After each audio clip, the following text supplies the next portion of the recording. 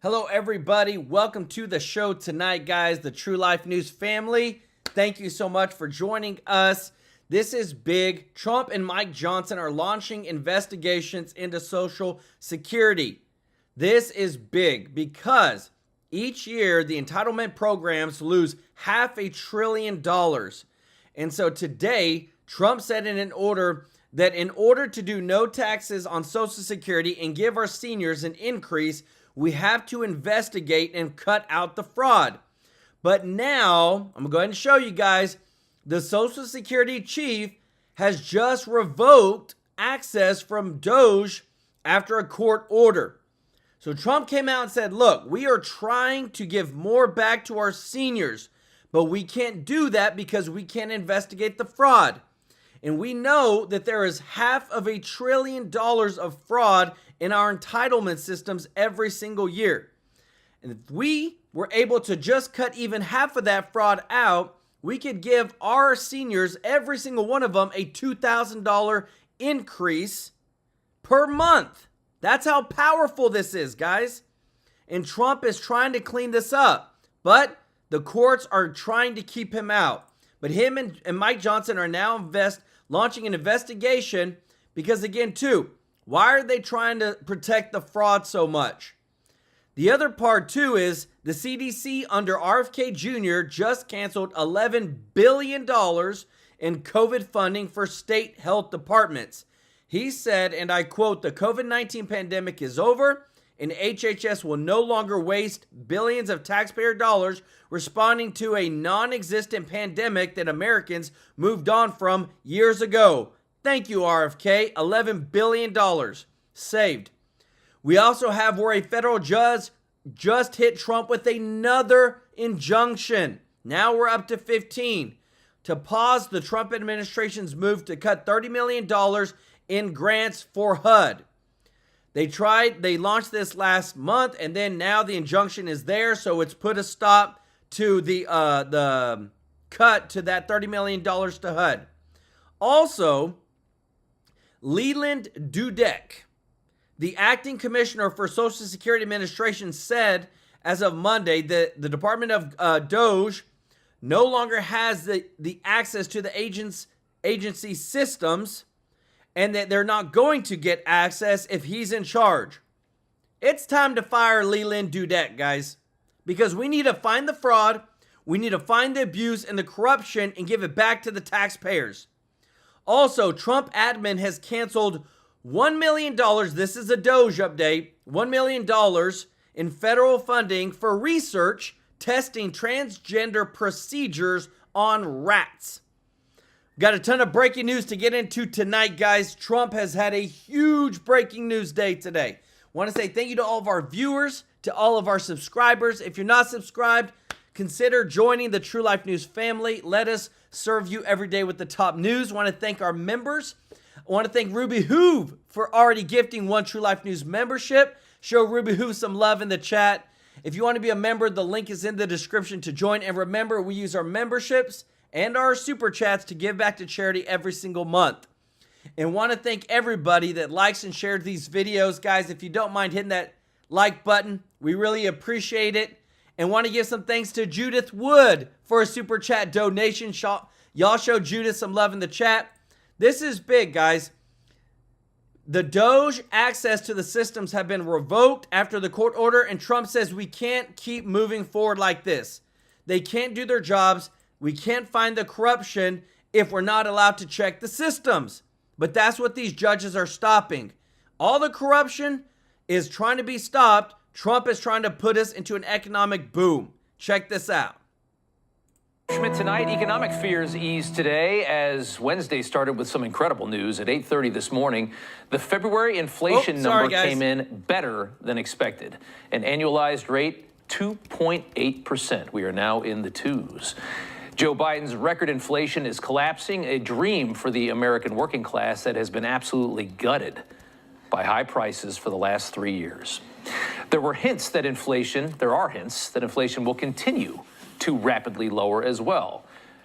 TrueLife is a forecaster that uses blockchain technology and millions of data points It runs several weeks ahead of the CPI numbers that we get from the government, and they currently have U.S. inflation at 1.3%. Now, this is not an official number by any means, but that's an estimate from guys that say they know what they're talking about, and that is well below the Fed's target. Maybe too low. We're going to see what that estimate is made of here in about a month or 6 weeks. But in the meantime, the other great news is the price of oil, which we talked about last night as well. It has plunged since Trump was elected, promising to unleash American energy. Last summer, the EIA predicted oil would be $90 a barrel right now. It currently sits at 67. This is why presidents matter, because they can do things like this. This good news kept the markets in positive territory today, even as the EU retaliated with a $28 billion tariff plan in response to Trump's 25% tariffs on European aluminum and steel. Trump again defending a very bold economic agenda.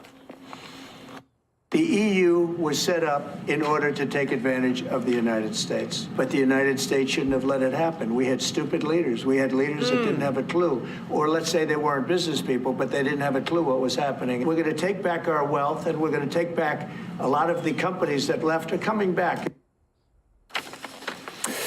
Trump with the Irish Prime Minister today, a country that lured away American pharmaceutical companies with attractive tax breaks. Pfizer, Johnson & Johnson, Eli Lilly, Gilead, many others now have a massive presence in Ireland.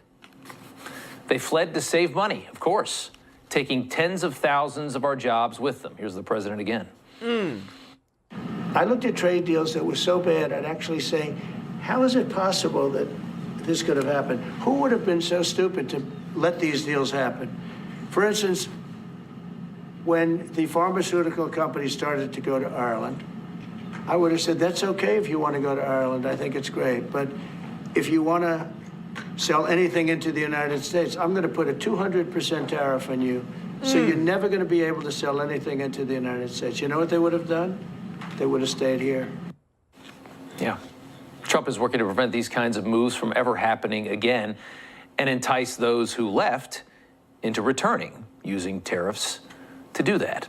Pharma is just one example. This problem has plagued the entire American economy for a long time, for decades. Nobody in Washington lifted a finger, lobbied by globalist corporations to stay out of the way as our working class was gutted. Cheaper labor everywhere else, lower taxes everywhere else, and fled they did.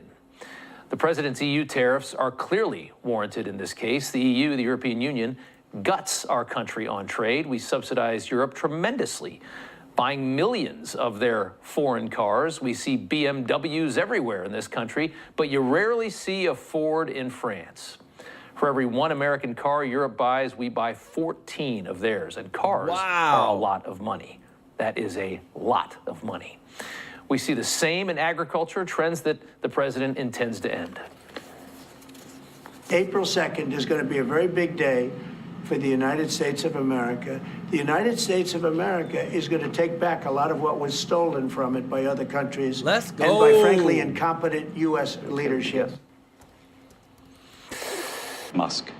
Elon Musk? Yeah. Please stop cutting our federal government with a chainsaw. Please preserve Medicaid. It's about his shares. He's not coming back to Delaware with that. The shares, yeah. Elon, yeah, he's running his company. I don't know. Yeah, right. I don't have much to say to him. I guess the governor of Delaware is an idiot. We learned tonight. It's bad when even the hosts visibly think you're a fool. Dems are still lying about Elon's comment on Fox Business this week as well, when he clearly stated that he wanted to take aim at waste in our entitlement spending, which is estimated at more than $500 billion, according to the GAO. $500 billion. That's a lot of money. Right there, guys. They're screaming bloody. This is what Trump was talking about. He said we need to get into this fraud, waste, and abuse. $500 billion is being wasted every single year. And Trump said in order for us to move forward and to make it permanent, no tax on Social Security, and to give our seniors an increase, we've got to be able to cut out this fraud, waste, and abuse. But the judges are revoking Doge's access and not allowing them to fulfill it. This makes no sense. Murder as Doge aims at entitlement waste. they're not taking away your Social Security unless you're dead. That's it. And the same people that are so angry right now, this is how they sounded 3 presidents ago on the same topic.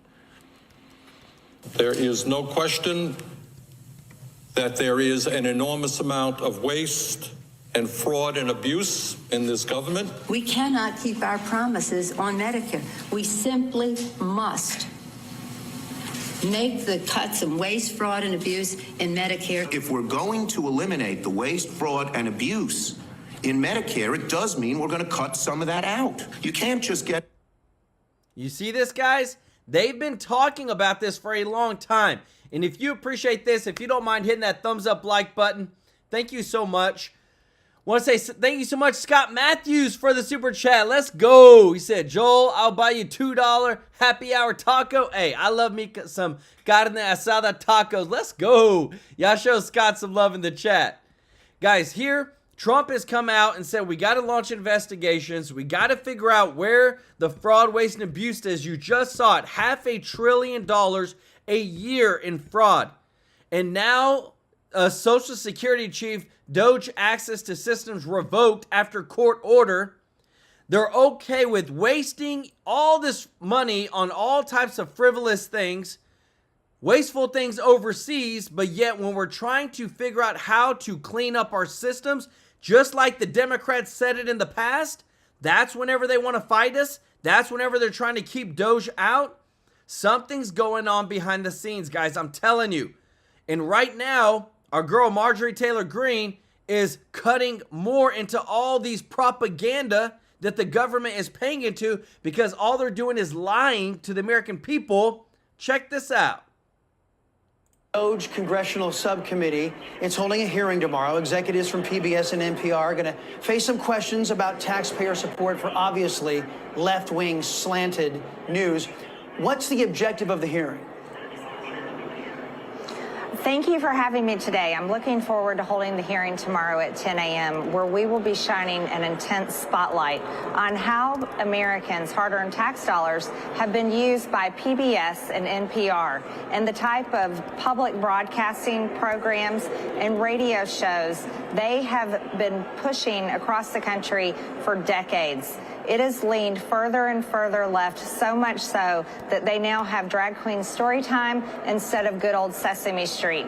They are now part of transing children, brainwashing children about gender, which proved to be one of the most important issues in the 2024 presidential election. That was a big loser for Democrats.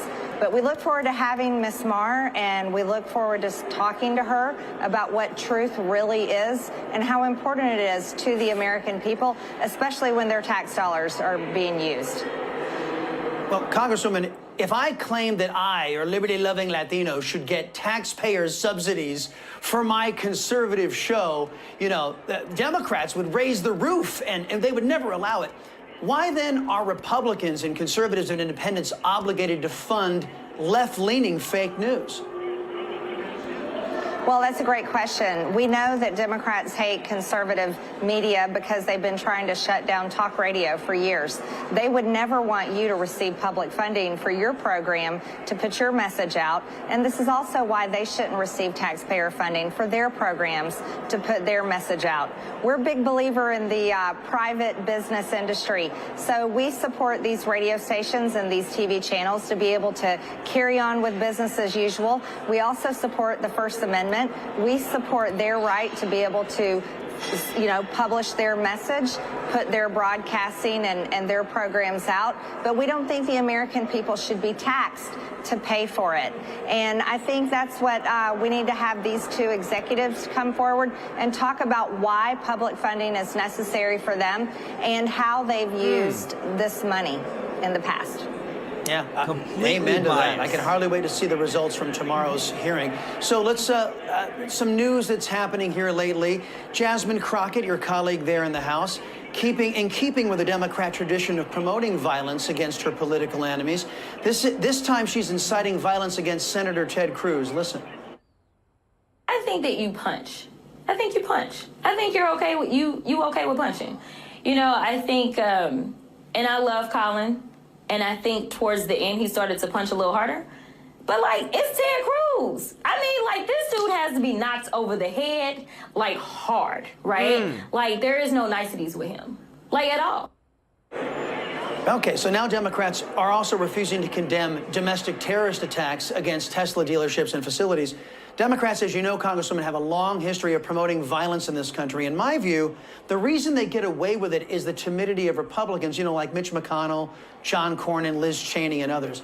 Doesn't that need to change to protect our people? Yes. Yes, absolutely. There's some of us up here on the Hill that are taking Jasmine Crockett's words very seriously. That's why I had a conversation with our great Attorney General, Pam Bondi, specifically about Ms. Crockett and investigating her and holding her accountable to her threats of violence, her support of domestic terrorism against Tesla, her support of death threats against Elon Musk, and basically, let's be honest, her disgusting comments insulting anyone and everyone that lives their life in a wheelchair and what she said about Governor Abbott. You know, I myself, I have to tell you, I think Jasmine Crockett is the best spokesperson and the best face for the Democrat Party because I'm very serious about winning elections in the midterms and the next presidential election. So I say we let Jasmine Crockett keep talking and let the Democrats have to embrace her or take her down as the face of the party. You know what? I'm right there with you, Congresswoman. Let her keep talking. That's the best medicine. Let everybody see what the modern Democrat stands for. Congresswoman Mark. Guys, again, they're digging their own grave, guys, with their words. They 100% are, and it's doing is it's hurting the American people. Adeline Starr, thank you so much for the super chat. Let's go. Said, hi, Joel. What will happen if and or when President Trump ignores judiciary orders? So two things can happen. And guys, if you want to, guys, there's always a ton of chat going. If you want your question 100% answered, give a super chat, guys. I think they're as low as like 99 cents. But if you ever have these questions, I'm 100% going to answer them. And everything like that I'm going to say is you can go fact check me. It's going to be true. So there's two things that can happen. First thing is that the judges can hold Trump in contempt. If they hold him in contempt, then he's going to get fined. Now, in serious cases, he can get jail time. But that's in like really, really serious, like they take it all the way to the Supreme Court, he could face jail time. But the first thing is fined. Trump may want to pay those fines. The second thing is another way that they can hold him in contempt is to have the DOJ, the Department of Justice, remember the Department of Justice answers to Trump, try to have the Department of Justice hold Trump in contempt. So if the Department of Justice holds Trump in contempt, he has to speak before Congress over why he did not follow the judge's orders. So that's the preliminaries of what most likely could happen if he ignores the judiciary orders. Y'all show Adeline Starr some love in the chat.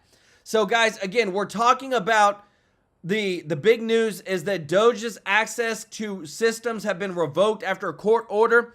Trump came out and said, look, we are trying to get no tax on Social Security for our seniors. We're trying to give them an increase, but we got to find the fraud, waste, and abuse. There is $500 billion of waste every single year in our entitlement programs, but the judges are fighting against him, and now the Social Security chief is fighting against him. And remember, a couple of weeks ago, whenever Anna Paulina Luna came out and said, hey, every single one of you mayors, we're going to report to the DOJ and for criminal referrals because you all need to be put in jail because you're harboring criminals. Now we've got an update on that as to what's going to happen next, guys, because again, too, we even got to hold our own people accountable to get these things done and hold these people accountable. If you appreciate this, guys, if you don't mind hitting the thumbs up like button, thank you so much for your support. Check this out. Back on. Thanks for having me back on. Earlier this month, you participated in the House Oversight Committee's hearing with sanctuary city mayors. You listened to their testimony, you asked them questions, and at the end of your questioning, you told them that you're criminally referring them to the Department of Justice. So that's a big step. Can you talk to us about your decision? Absolutely. I think I share the same frustrations that the American people do, in that, first of all, Congress has the ability to do criminal referrals, but also now that we have the Department of Justice, it's time that the Department of Justice actually looks into bringing charges against people that are knowingly breaking federal law. So the reason why I went down the line of questioning that I did, and I would encourage everyone watching this clip to look at that line of questioning, if you guys can also maybe consider adding it into this interview. I wanted to see what their responses were for their own policies reflecting in their city versus what federal law says. And as you saw, based on their responses, I wasn't initially going to refer them if they said that they had made changes that are in line with federal law and that they were no longer breaking the law. As you saw, though, with their responses, they all admitted to breaking the law. And so in my opinion, they're long-term causing us to spend more money having to deal with the issue of illegal immigration, but also they're putting Americans at risk for personal safety. And so what I did was I made the referral. I actually just today followed up with the Department of Justice. They acknowledged receipt of our inquiry, checking on the status of their investigations into these mayors. And frankly, I look forward to the Department of Justice holding them accountable, because look, if you did it, if I did it, we'd be in jail. But just because they're in blue cities doesn't mean that they're protected. Boom. I want to talk about New York City Mayor Eric Adams particularly because he seemingly has taken a tougher stance on immigration. I want to read part of his testimony. He said this, quote, "To be clear, a sanctuary city classification does not mean our city will ever be a safe haven for violent criminals. It also does not give New York City the authority to violate federal immigration laws. To the contrary, New York City will always comply with city, state, and federal laws as it does now." Eric Adams has said before, hey, I'm cooperating with ICE. Hey, I'm cooperative with Borders Czar Tom Homan. In fact, they sat at that Fox and Friends interview saying how they're working together. What do you think of him? Do you think he's in a different category here? What more do you want to see from New York City's mayor? Well, look, as I stated earlier, I gave the mayors and I read their opening statements. And again, the ones that were in question with me, I asked them point blank on whether or not they're still violating federal law in my line of questioning. And as you saw with those referrals, if they were in line with federal law, I did not refer them to the DOJ. So I think obviously New York City has been plagued. Look, we know that New York City is a very blue area, and we know that its own representatives, for the most part, are doing everything they can to undermine with this administration and what Congress has mandated that they do in regards to stopping illegal immigration and enabling some of these people that are coming here doing very bad things. Look, I would like to see, though, all of these cities adopt a no illegal immigration policy. As we're seeing, Mayor Adams has actually gone back on his previous stances and is now doing the right thing. And so I hope that he continues to do that. But, you know, I find it very interesting that as soon as he came out against the Biden policies on illegal immigration, that then there was a case opened up against him in regards to corruption charges. So look, obviously we don't want people doing illegal stuff, but I find the timing very, very coincidental. Your news made headlines that you were criminally referring these mayors to the DOJ. Did you tip your Republican colleagues off? Did you let them know? Did you tip off the Democrats? Was everyone shocked? I mean, what are those conversations with your colleagues looking like? Well, look, again, as I stated earlier, I wanted to see what the mayor's responses were first before I made the referrals. So I came with the referrals ready, but it didn't necessarily mean that I was going to end up referring them. Again, I went through that line of questioning, got them on record with their own policies versus that of federal law. And so I hope that the DOJ considers all of that with evidence when they take up the case. If they do, we're waiting on a response from them currently. I want to read something from the American Immigration Council. They said that under the 10th Amendment of the U.S. Constitution, the federal government, quote, may neither issue directives requiring the states to address particular problems, nor command the state's officers or those of their political subdivisions to administer or enforce a federal regulatory program. So essentially, do you think that the investigation can go anywhere because of the 10th Amendment? What do you make of that? Most certainly, I think that they're perverting the 10th Amendment in that response. You know, I would ask them, do they have the same perspective on child pedophiles? Well, I mean, that just stopped me in my tracks. So what do you think their response would be to that? I think that they're going to try to hem this up in court, and I think that they're going to try to say that the federal government is overreaching in an effort to protect the American people. But these are also the same cities, mind you, that are asking for federal dollars to deal with the problems that they themselves have caused. So if they want federal money, you need to comply. If you don't want federal money, fine, but figure out a way to pay for it. And then also, too, I think city's policies stop when American citizens start having their own constitutional freedoms violated. When you are no longer able to access life, liberty, and the pursuit of happiness because you have someone extorting you, someone robbing you, someone basically enabling a criminal activity, as we saw with the gangs in Colorado. I mean, that's obviously a violation of any American-born citizen. And I would argue that that entire argument in itself that they're bringing forward is pretty hypocritical. What do you want to come out of this investigation? I mean, at the end of the day, it seems like this DOJ, this AG is different than the Biden administration's. They're releasing, it seems like you're happy with this, the JFK files. They released some records with related to Jeffrey Epstein. What would you want to see from AG Pam Bondi regarding your criminal referral? Well, look, to be clear, it was President Trump that released the JFK files, the MLK files, and the RFK files. We have the documents that are currently being uploaded at NARA, the National Archives, for JFK, but we're still waiting on MLK and RFK, of which we will also obtain. But look, we've been asking publicly for Pam Bondi, the AG, to release the Epstein files. She needs to do that. That was a mandate that the American people have asked for. If you look at any commentary online, the American people are still wanting to know what the status is. We obviously understand protecting victim privacy. However, why is it that there have been no charges brought against those that conspired with Jeffrey Epstein to traffic people? I mean, that's pretty egregious. Boom. Whether you have money, power, fame, whatever it is, they should not be above the law. And so I would urge the Attorney General to consider doing that. Also, Congress is still waiting on those files. And so, as you know, I don't hold declassification authority. But moving forward, I think that the American people want there to be justice served. And that means having a very aggressive Attorney General. I applaud her efforts in what she's doing with Tesla. Obviously, it's not right that American citizens are having their property destroyed or that there's literally acts of domestic terrorism because of what Elon Musk is doing with Doge. But I would also say that Jeffrey Epstein, pretty bad guy, and there's people walking free. I would say that, you know, these mayors having to be criminally referred to the Department of Justice so that they can open up a case against them. Look at the impacts that they have had, not just on American citizens across the country, but on their own citizens in their cities. And so I would say as aggressive as possible. We have only a short window until the midterms. We're hoping to keep the House. But again, my job is not to rely on what may come of things. It's to be active and active now. And so I continue to encourage as aggressive as possible behavior out of the DOJ.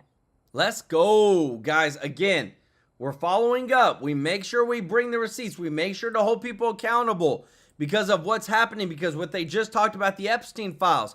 Alina Habba came out today and warns anyone whose name is on the Epstein list, stating that those involved will be prosecuted. Boom, baby. Came out today, guys, just a couple of hours ago. This is amazing. Thank you so much, Kami Multiplex, for the super chat. Let's go. Said, even if Doge can't access Social Security, can't Trump do it? Yes, technically he can. So the Social Security, it falls under the executive branch. So the SSA falls under the executive branch. But remember, there's things that protect American people's information, like the Privacy Act of 1974. So these things that prohibit certain individuals from just logging into the computer and then going and, you know, I want to look up certain people's stuff. You just can't do that. So what they have to do is they have to work through like Doge. So Doge is somebody who is now designated to go through and get certain read-only access in order to look into the systems. But again, what they're doing is we're testing the balances of the executive power right now. And you got the Social Security chief who said no, revoke the access only because a federal district judge ordered him not to, ordered him to revoke the privileges. So that's what's happening with that. Want to say also, thank you so much, Jeff Loves the Truth, who said, Joel, what do you know about the Pennsylvania Josh Shapiro and the lightning plan? I don't trust the Democrats. Well, think about it like this. Trump is trying to say what? We're going to burn coal again. We're going to do fracking. We're going to dig. You know, drill, baby, drill all across around the United States and get to energy independence. Josh Shapiro is going the opposite. He's like, no, we don't want to frack. We don't want to do what Pennsylvania has been known for forever. And we're trying to implement this. And this is like trying to become one of his staple legacy things in his, in his tenure. But the biggest thing is, again, too, he's trying to continue the Green New Deal that Biden tried to do, but now just in Pennsylvania. Y'all show Jeff Loves the Truth and KME some love in the chat. Because again, too, guys, what we're dealing with right now, they don't make any sense.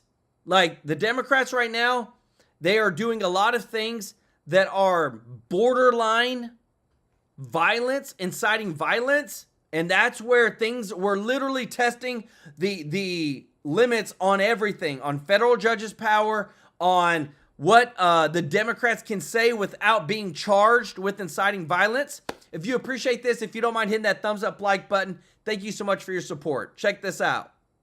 Throwing punches and hurling. First, they cursed, now they thirst for blood. Jasmine Crockett is upping her temper tantrums, now saying the only way Democrats can win elections is by throwing hands. I think you punch. I think you're okay with you okay with punching. It's Ted Cruz. I mean, like, this dude has to be knocked over the head, like, hard, right? Like, there is no niceties with him, like, at all. Like, you go clean off on him, right? So much for Michelle Obama's when they go low, we go high. Crockett went as low as humanly possible by mocking Governor Greg Abbott for being paralyzed. We in these hot Texas streets, honey. Y'all know we got Governor Hot Wheels down there. Come on now. And the only thing hot about him is that he is a hot mess, honey. So, wow, very disrespectful. Of course, Crockett now claims Hot Wheels was about shipping migrants out of the state. Don't you get that? Not the governor's condition. If only there was video that perfectly encapsulates the liberal inability to land a lick on MAGA. Turns out we have one. Roll it, Bjorn. He's a racist. How can I be racist? He's a racist. Okay with it. If you voted for Trump, you're racist. I hope you enjoy that.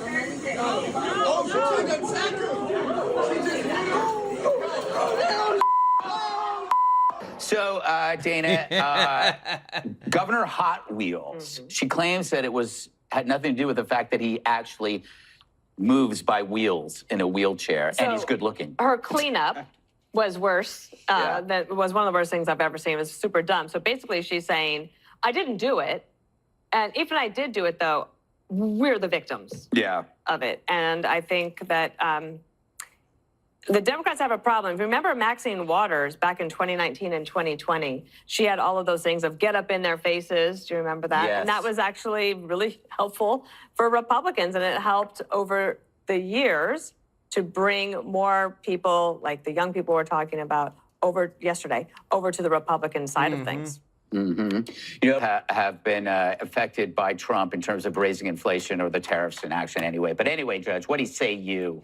Well, I think if you want to talk about the Dems, I think the first thing we should do is focus on the fact that they were the ones behind that summer of love and the peaceful protests when they were burning down cities and federal courthouses and Tesla now. And, you know, from, as Dana said, Maxine Waters, you get in their face, you make a crowd, to now punch out your opponent, to you got to knock them over the head like hard. And, you know, she didn't clean up that Hot Wheels about Greg Abbott. But then again, it's like what the Democrats do. Joe Biden's the one who told a paraplegic, stand up, Chuck, let them see you. I just think that, you know, they are so lost and they just have no idea how to come back. They're cursing, they're fighting, they're burning. They're lost. I said it months ago. The party is over. They've got to come up with something new. And this woman chasing a guy that's New York City. That's a subway. In New York City, you can wear a MAGA hat. It's not a problem anymore. The Democrats are the ones who make fools of themselves, which is one of the reasons why Donald Trump won. Jesse, you know, they called Musk a Nazi, and next thing you know, you got swastikas on cars. They called Trump Hitler and a Nazi and a fascist, and he got shot. So I don't really ever see that happening on the Republican side when we make fun of Democrats. It's also about the supporters. It's not just the leaders. It seems like Democrats are easily programmed to do bad things. Yes, they are. They're very easily programmed, Greg. I made you say that. I don't really care what she says. You know, if she wants to make a joke about Hot Wheels, it just makes her look bad. and they shouldn't censor her because I want to reserve the right to make fun of other people. Okay, we should all have freedom of speech, and you shouldn't get censored because you say something. And if she says we got to punch him, knock him over the head, we say that stuff all the time. It's a euphemism for fighting harder. Richard brings up a point, though. He wants to see them fight harder. Fight harder for what? What's the plan? You keep bringing up. The cost of rent's too high. You had 4 years to come up with a plan. If you had a plan, you would have said it already. You don't have a plan. Your plan backfired. You drove the costs of living up to like 30-year highs. And then your plan was to do nothing and blame Russia. They don't have a plan. They're never going to come up with the plan. So to say that they want this and they want that, they don't want it. They just want to get out of responsibility. They just want to look better for their voters. That's all this is, to look better so their voters aren't mad at them. Because now their voters are just as mad at Trump as they are with Chuck Schumer. That's your problem. You guys don't think.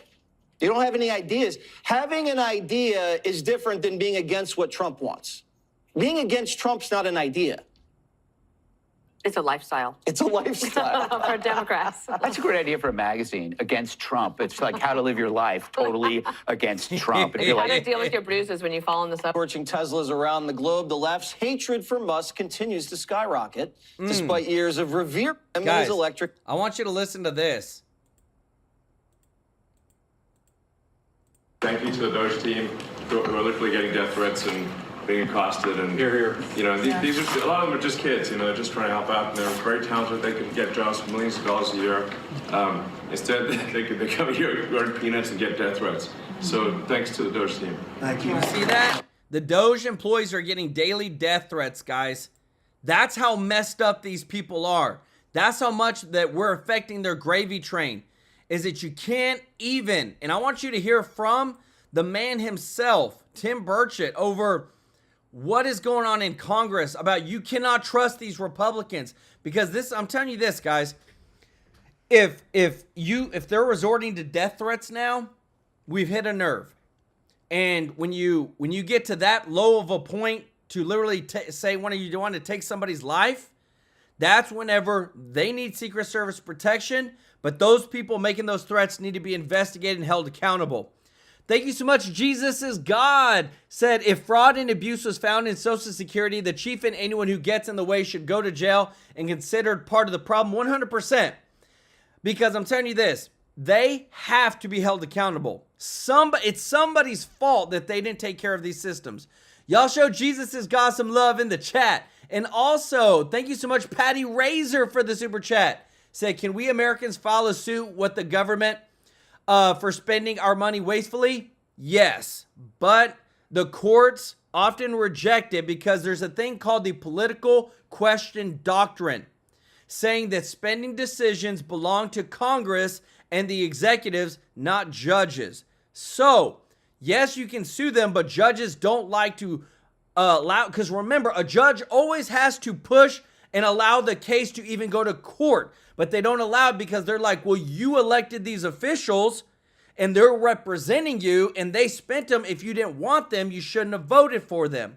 So that's where it gets hairy because we live in such a half and half type of country where half of the time we got Democrats running it, half of the time you got Republicans running it. But yes, you can sue them, but it usually doesn't go anywhere. One of the biggest things was,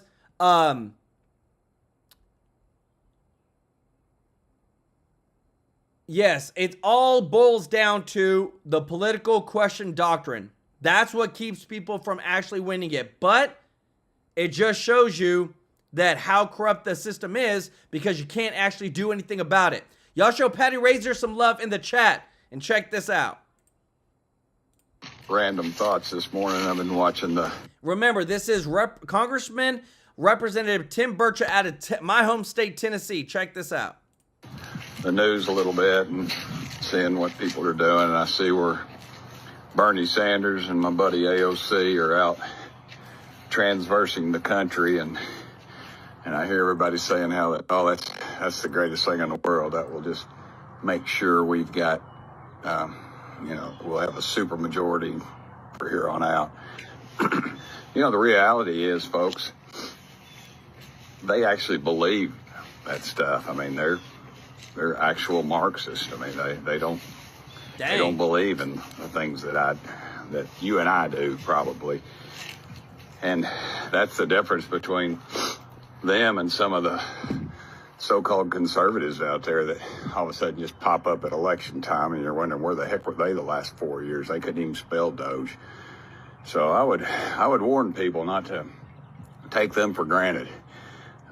You know, you see other young folks that are following straight off the college campuses where we've really lost that battle. We've allowed the left and the hard left and Marxists to just basically control major colleges and their campuses, and conservative kids are almost, well, a lot of times they're afraid to come out. You'd think they wouldn't exist, except if you saw the recent rally by Charlie Kirk down at UT. Was just overwhelming success, one of the largest crowds he's ever had.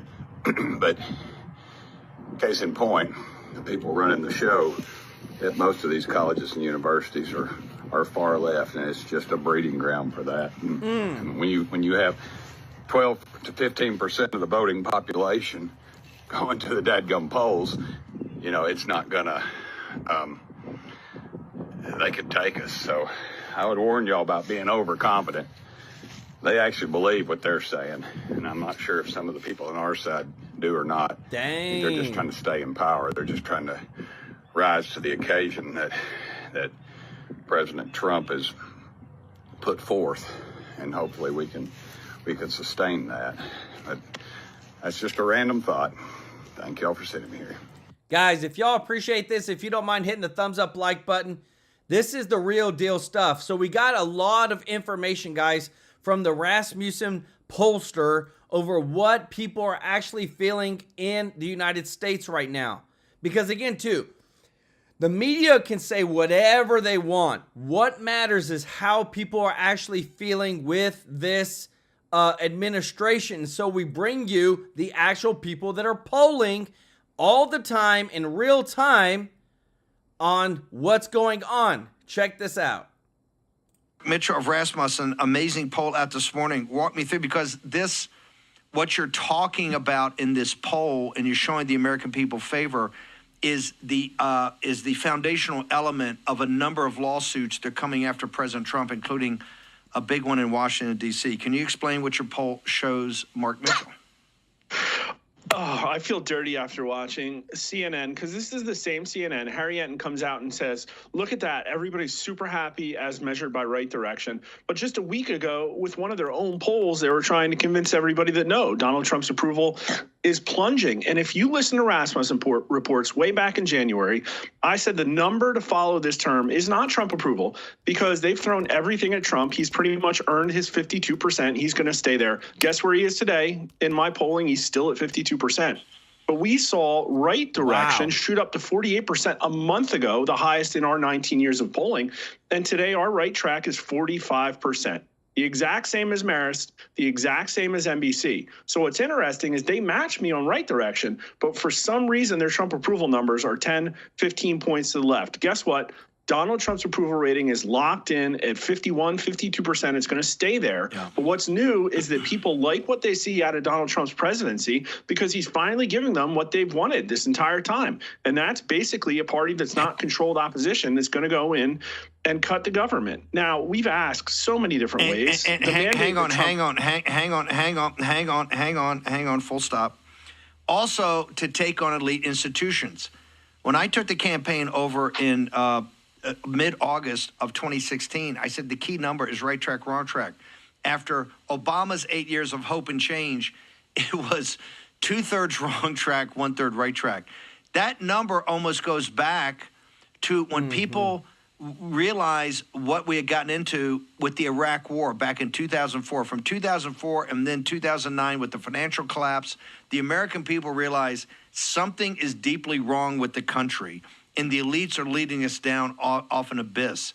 It's Trump that's got it back to 44, 45%, and he's doing big things. This is not changing, like Clinton, school uniforms for kids. He is doing the biggest geoeconomic, geostrategic pivot since World War II. He is securing the border, getting our sovereignty back, mass deportations, huge effort on the economy, bringing hundreds of billions, almost $1 trillion from major corporations and big plants here. Everything he's doing is at a scale, just like this election integrity day. This is not a small executive order. This thing goes on for page after page after page.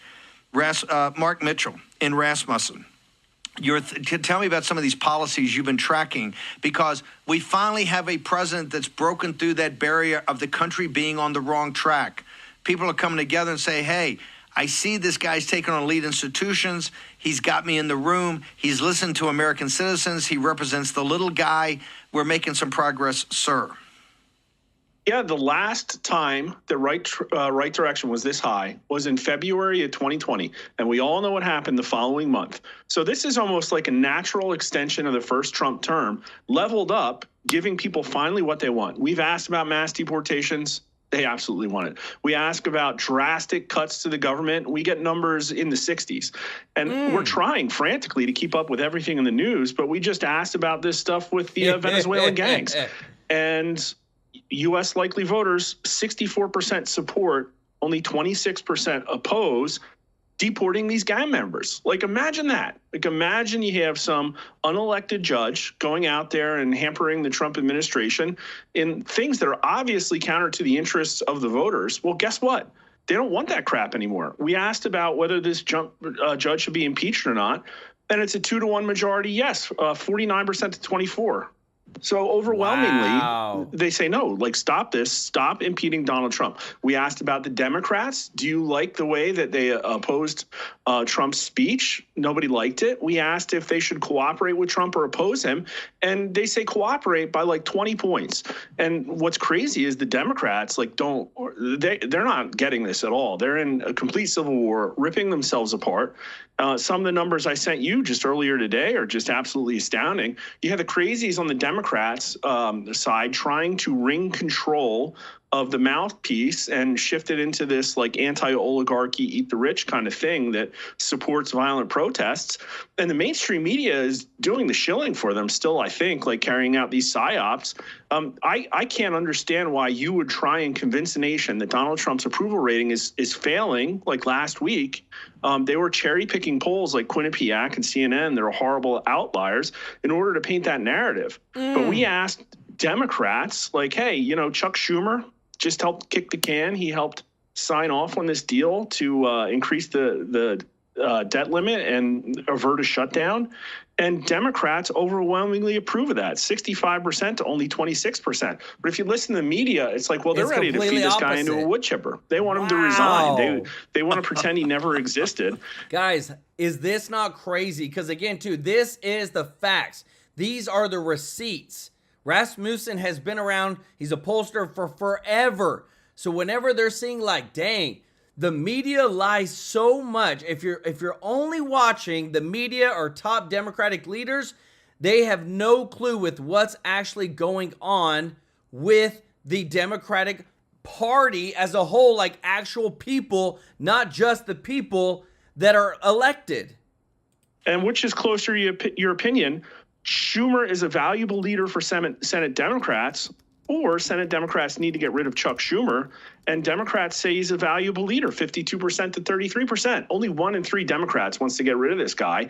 And meanwhile, you know, you have all these people on Blue Sky clicking the little like button on that AOC, on that Bernie Sanders, event they had out in that stadium.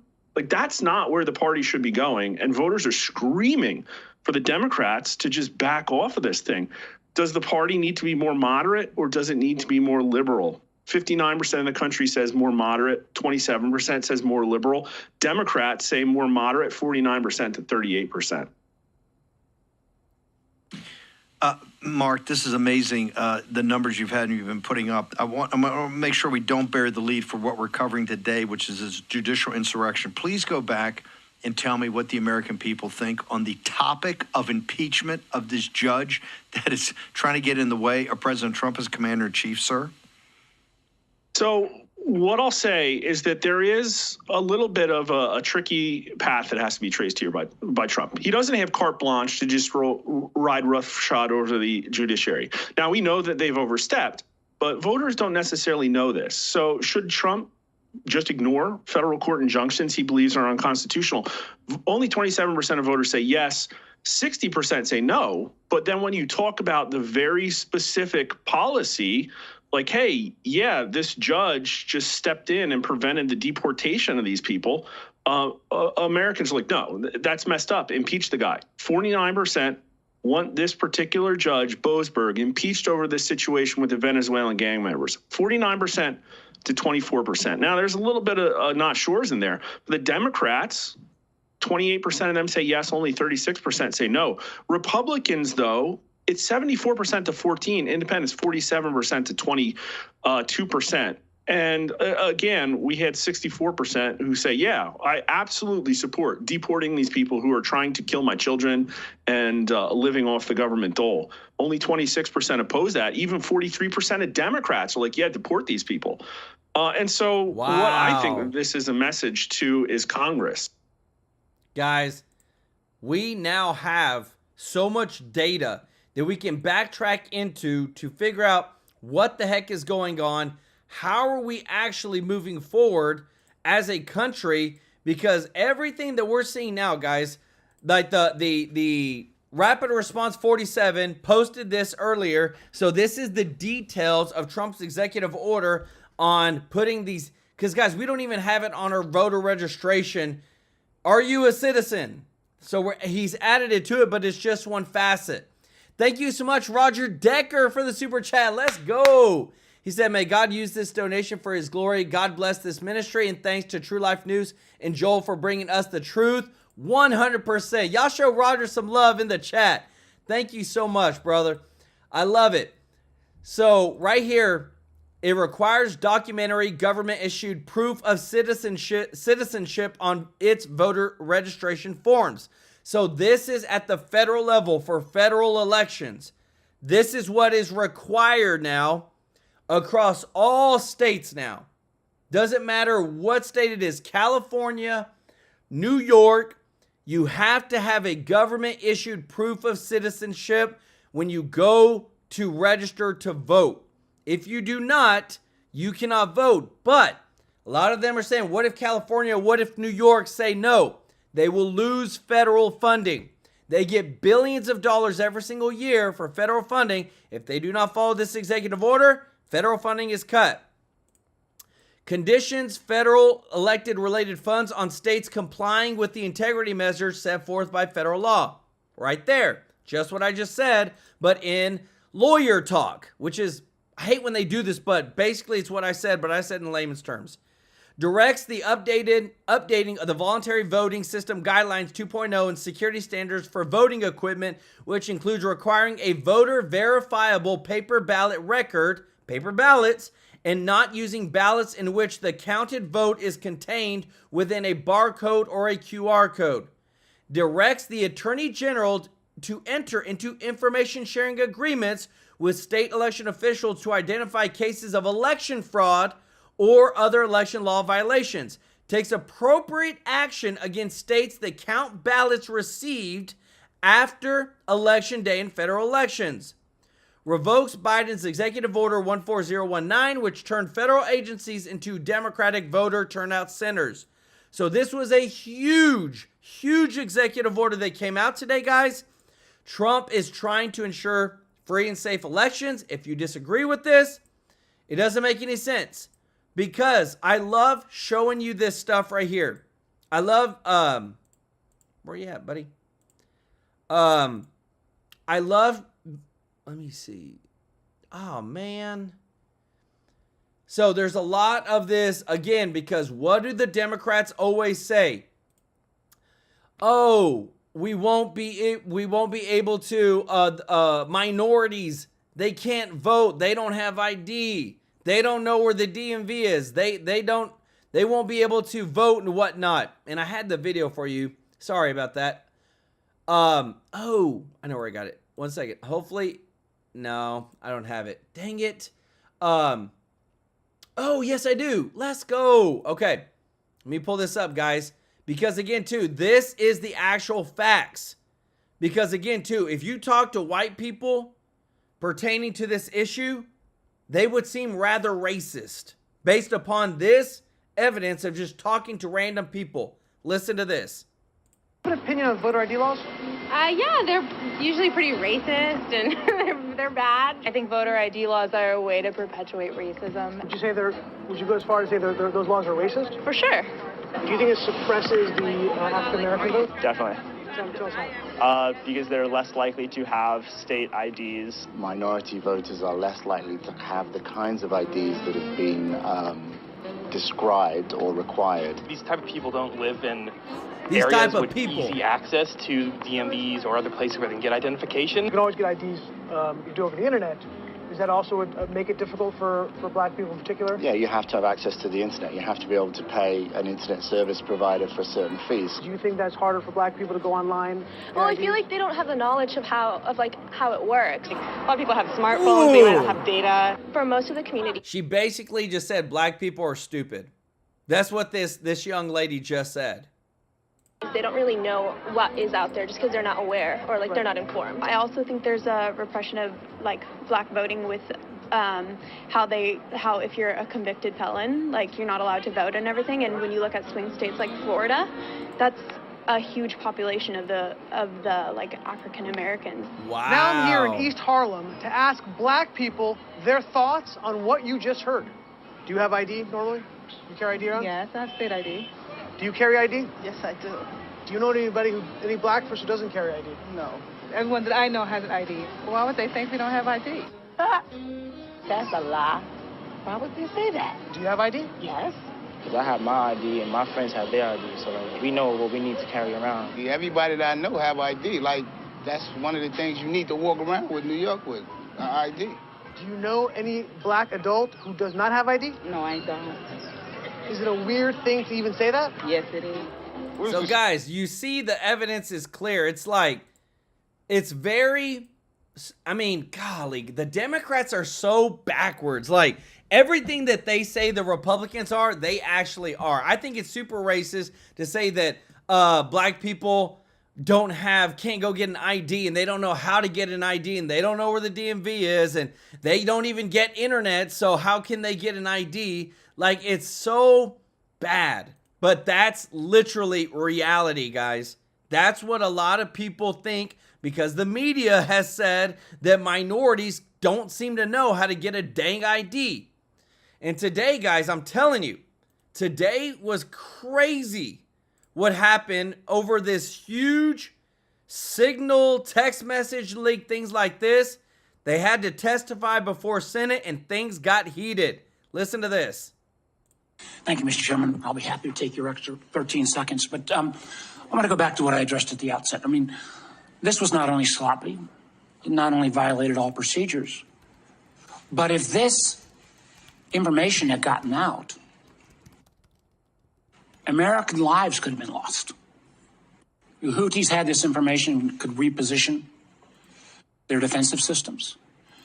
So I want to get a little more information about this. Director Gabbard, did you participate in the group chat with Secretary of Defense and other Trump senior officials discussing the Yemen war plans? Senator, I don't want to get into the specifics. Ma'am, were you on? You're not going to be willing to address. So you're not. Are you denying? Matt, will you answer my question, ma'am? You were not TG on this group chat. I'm not going to get into the specifics. So you refuse to acknowledge whether you were on this group chat. Senator, I'm not going to get into the Why specifics. are you going to get into the specifics? Is it because it's all classified? Because this is currently under review by the National Security Council. Because it's all classified? If it's not classified, share the text now. As the White House previously stated, is it classified or non-classified information on this text? I can confirm. Director Radcliffe, were you on the group chat? Senator, I was on a signal messaging group. So you were the John Ratcliffe on that chat? I was. Thank you. Thank you. Can I provide some context, Senator, to that? Yes, but I've got a series of questions. Well, but I think it's important because at the outset you made a couple of comments about signal messaging using encrypted apps. So that we're clear, one of the first things that happened when I was confirmed as CIA director was signal was loaded onto my computer at the CIA, as it is for most CIA officers. One of the things that I was briefed on very early, Senator, was by the CIA records management folks about the use of Signal as a permissible work use. It is. That is a practice that preceded the current administration to the Biden administration. Director Ratcliffe, I've got a series of questions. If you're making the statement, making the statement that Signal is a secure channel, no, can I answer that? It is. I've got a series of end-to-end decryption. So it is. To finish, I understand encryption. It is permissible to use to communicate and coordinate for work purposes, provided, Senator, that any decisions that are made are also recorded through formal channels. Right. So those were procedures that were implemented. My staff implemented those processes, followed those processes, complied with those processes, and finally, just please. So my communications, to be clear, in a Signal message group were entirely permissible and lawful and did not include classified information. Well, we will make that determination, because if it's not classified, share the text with the committee. Let me go on. Director Gabbard, you are the security executive and set access guidelines for classified information. Did you contact the defense secretary or others after this specific military planning was put out and say, hey, we should be doing this in a skiff? There was no classified material that was shared in that. So then if there was no classified material, share it with the committee. You can't have it both ways. These are important jobs. This is our national security. Bobbing and weaving and trying to, filibuster your answer. So please answer the question. If this was Director Gabbard, if this was a rank and file intelligence officer who did this kind of careless behavior, what would you do with them? Senator, I'll reiterate that there was no classified material that was shared in that. Ma'am, if there's no classified materials, share. And then if there's no classified materials, then you can't even answer the question whether you're on the chat. This is strangely familiar, and I think my colleagues will remember, when you couldn't answer the question, is Edward Snowden a traitor? Man, I have serious doubts about anyway. Dang. Director Gabbard, I'm going to give you this. Tweeted just 11 days ago, and I'm quoting you. Any unauthorized release of classified information is a violation of the law and will be treated as such. So if this information is classified, what are you going to do? Senator, 2 points here. First of all, there's a difference between inadvertent release versus careless and sloppy, malicious leaks of classified information. The second point is there was no classified information that was on the information committee should get that information. Director Patel, my time's about out, and I'm going to use my 12 seconds up the chairman game. Director Patel, has the FBI launched any investigation of this? Senator, I was just briefed about it late last night, this morning. I don't have an update. I would like to get an answer by the end of the day. Dang, guys, let me tell you this, because when I heard this, I'm literally on the point where if it was Democrats, every Republican, even Fox would be saying, look, they're leaking out secrets. Look, hold them accountable, this. When we mess up, if we do mess up, we got to be held accountable. We got to own it. And I know they're doing investigations, but I hope that they do. I don't care about Republican or Democrat. I care about right and wrong. If you mess up, own it. Want to say thank you so much, Chip Trapp, for the super chat. Said, I guess they forgot about the armed Black Panthers at the polls for Obama's election. Dang, I didn't even know that, but wow. Y'all show Chip some love in the chat. And T Heavy Guy, brother, growing the True Life News family. If you got a free membership from T Heavy Guy, show him some love in the chat, guys. That is so gracious. Y'all show him some love in the chat. That's what I'm talking about. I wanted to show you this. So Biden took 18 months to pass an IRA stimulus package to invest $485 billion of your money in over 10 years into the economy. Trump spent the last 2 months convincing other people to invest their $1.4 trillion into the economy over 4 years. difference between a politician who doesn't care about using taxpayer dollars versus a businessman who said, let me make the deal. Let me use, it's a famous saying in business, OPM, other people's money.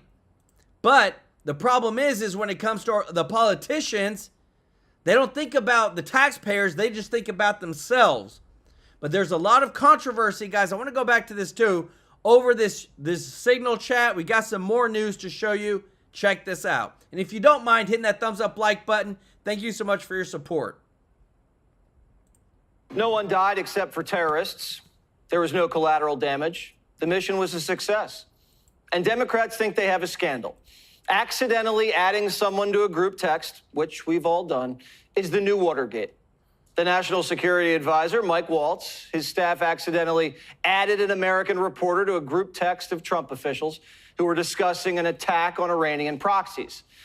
And the reporter accidentally added to the group text wasn't a good guy. Wasn't like our very own stupid son of a bitch, Peter Doocy. Sorry, guys. And happen to know the guy's a total sleazebag.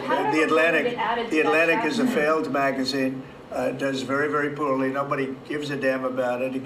This gives it a little bit of a shot. And I will tell you this, that they've made up more stories, and they're just a failing magazine. The public understands that.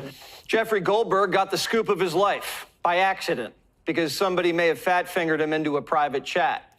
He says on the group text, Hegseth shared war plans for the Houthi rebels. Pete says, no, I didn't. Classified material never entered the chat. So it's a he said, she said. Goldberg's the she. Yeah, he read some things he probably shouldn't have. It was an accident. Accidents happen when you're taking action. If you sleep all day like Biden and take no action, well, that's a dereliction of duty. Mike Waltz says he has no idea how this dishonest reporter even got access to the chat. This one in particular, I've never met, don't know, never communicated with, and we are looking into and reviewing how the heck he got into this room. But I'll tell you what, the world owes President Trump a favor. President Trump took decisive action with his national security team, took out the head missileer, knocked out missiles, knocked out headquarters, knocked out communication sites. And for once, as we hear, as you all hear from every one of our allies, thank God for American leadership again. Thank God for American strength. You're welcome here. Later with Laura, Walt says he may have been catfished. Have you ever had somebody's contact that shows their name and then you have somebody else's number there? I never make those mistakes. Right? You got somebody else's number on someone else's contact. So of course I didn't see this loser in the group. It looked like someone else. Now whether he did it deliberately or it happened in some other technical mean is something we're trying to figure out. Journalists like Goldberg will sometimes send out fake names with a contact with their cells to deceive politicians. Wall says Elon and Big Balls are on the case. This wouldn't surprise me if Goldberg sneaked his way in. He's the lowest of the low. This is the guy who reported that Trump didn't want to pay for a Gold Star funeral. Remember, he said it doesn't cost $60K to bury an effing Mexican. Total lie. Goldberg's the guy who said that Trump called American soldiers suckers and losers. Lie. This guy's fine people, P-tape, can't trust him. Goldberg held this bombshell for a week and then dropped it the night before half the group chat was set up to testify on Capitol Hill. And they testified and said, yeah, we use Signal. Biden gave it to us. One of the first things that happened when I was confirmed as CIA director was Signal was loaded onto my computer at the CIA, as it is for most CIA officers. One of the things that I was briefed on very early, Senator, was by the CIA records management folks about the use of Signal as a permissible work use. It is. That is a practice that preceded the current administration to the Biden administration. You think the CIA had anything to do with this? Who knows? But Biden staffers were on Signal. Every Democrat in D.C. uses Signal. Here's Jasmine, not to be confused with Davy Crockett, on Saturday. We have all these Signal chats. If you don't have Signal, get on Signal, okay? Do not trust that. Get on Signal, y'all. Democrats use Signal to deal with Christopher Steele, Mr. Dossier. Trump's team uses it to take out terrorists. And now that's worse than the Pentagon Papers? It's stunning. It's likely the biggest national security debacle that any professional can remember. This kind of planning for a military operation should be done very carefully and very deliberately, not on a signal chat, not with emojis. For the Trump people to be saying, this chat shows how seriously they take the decision-making process makes me laugh out loud. We would never get on a signal chat. 4 Americans were killed in Benghazi, and Susan Rice said it wasn't terrorism. She blamed a YouTube video for a protest that got out of hand. The happiest guy in D.C. today, Schumer. Finally, something took the heat off him. I am calling for a bipartisan investigation in the Senate of this mishandling. Any Senate Republican who was up in arms years ago about emails and unsecured servers should be outraged by the Secretary of Defense's carelessness. Hillary homebrewed a server in her basement with thousands of classified files and then acid washed it when she got caught. And no one's being two-faced. It was an accident, maybe identity theft. And there is an investigation. And no one was two-faced on the chat either. The conversation was professional, serious, and thoughtful. And most importantly, America first. Vance, Hegseth, Walt, Stephen Miller were wrestling with the issue of why we're protecting commercial shipping for our allies when they're screwing us, not paying NATO dues and tariffing our exports. JD brought it up first, saying this, quote, I think we are making a mistake. 3% of U.S. trade runs through the Suez. 40% of European trade does. There is a real risk that the public doesn't understand this or why it's necessary. The strongest reason to do this, as POTUS said, to send a message. But there is a strong argument for delaying this a month. Stephen Miller responded this way, quote, the president was clear, green light. But we should make clear to Egypt and Europe what we expect in return.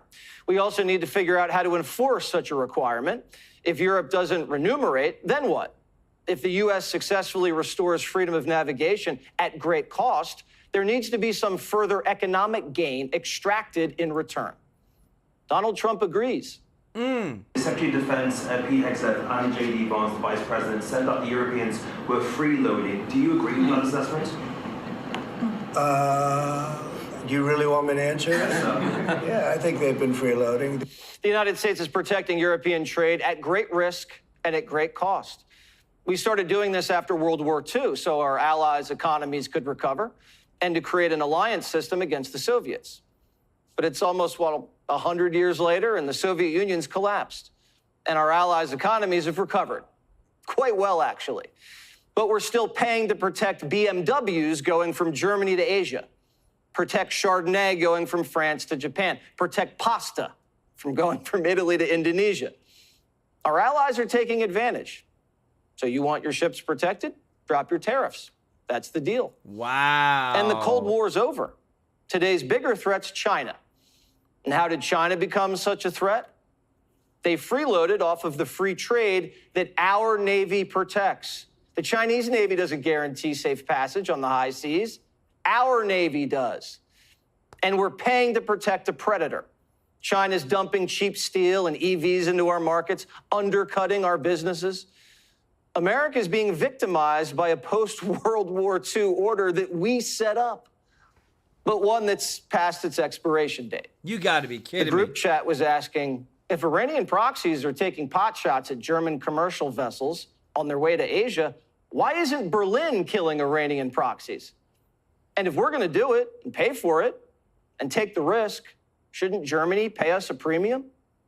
Or at least step up and protect Ukraine or drop their tariffs on American whiskey and Cadillacs? Are any deep thinkers in the Democrat foreign policy establishment even having this conversation? Or are they just living in the past? And it's cute for the Democrats to be worried about national security after they slept with spies, let spies drive them around, and kept classified documents in their open garages. At least the president takes responsibility. Do you think that Mike Waltz made a mistake, and does he need to apologize?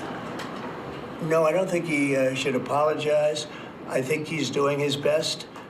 It's equipment and technology that's not perfect, and probably he won't be using it again, at least not in the very near future. What do you think? Sir, I agree with you. Let's get everybody in the room. whenever possible. America forgives when politicians tell the truth. He didn't get 13 Americans killed during an airlift and call it a success. Wow. He didn't open the border and get Americans killed and call it secure. The Trump White House told Axios this: "We can easily handle what would kill any other administration. This will blow over. In 48 hours, no one will care about any of this. It's a faux media event.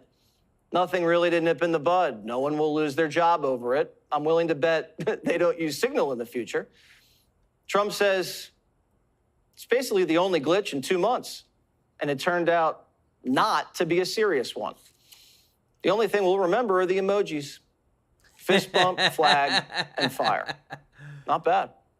Guys, again, holy smokes. I love that accountability is taken. Again, too, when things happen, we got to make sure that we are doing what's best for America. Want to give some love to GLO for the super chat. Said today at the DMV in Texas, 2 foreigners were trying to get driver's licenses and was rejected and got angry. DPS had to step in. Dang. Thank you, GLO, for the super chat. And thank you so much, John Profchi Jr., for gifting 5 True Life News memberships. If you got a free membership from John, show him some love in the chat.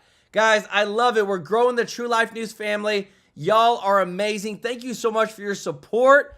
I love it. And thank you so much, KME Multiplex, for the super chat. It just goes to show how irresponsible government has gotten. I said this. Y'all show KME some love in the chat. How in the world does the United States congressional people not have a proprietary encrypted messaging app? We are in 2025. Wouldn't it make sense that to make sure our things are kept secret, that we would have our own communication systems? Why are we using some other private company's system? Makes no sense whatsoever. Wanted to say one more thing about this, guys. Doge's access to the systems has been revoked by a court order. I'm seeing some things on X where they're saying that it's going to be overturned by one of the circuits to make sure that, because Trump is pushing hard on this, he wants to find the fraud, waste, and abuse. Because again, he said we have to do no tax on Social Security, and we have to give an increase to our seniors. So in order to do that, we need to get more money to cut out this $500 billion a year in fraud in entitlement programs. So a lot of good stuff is coming. I want to say thank you to everybody who's watching. Thank you to all of our supporters. If you're not subscribed, hit that subscribe button. And if you don't mind clicking that thumbs up like button, thank you so much for your support. Want to give some love to our members in the family of the True Life News family, and to those that support us tonight through your donations. Want to give some love to Ruby Who, Scott Matthews, Adeline Starr, KME Multiplex, Jeff Loves the Truth, Jesus is God, Patty Razor, Roger Decker, Chip Trap, T Heavy Guy, GLO, John Profchi Jr., and KME Multiplex. Show them some love in the chat, guys. Love you all. Appreciate you so much. Remember, we're here to serve you all day, every day. 2 shows Monday through Friday. 1 on Saturday, 1 on Sunday. Appreciate you so much, and we'll see you in the next one. Take care.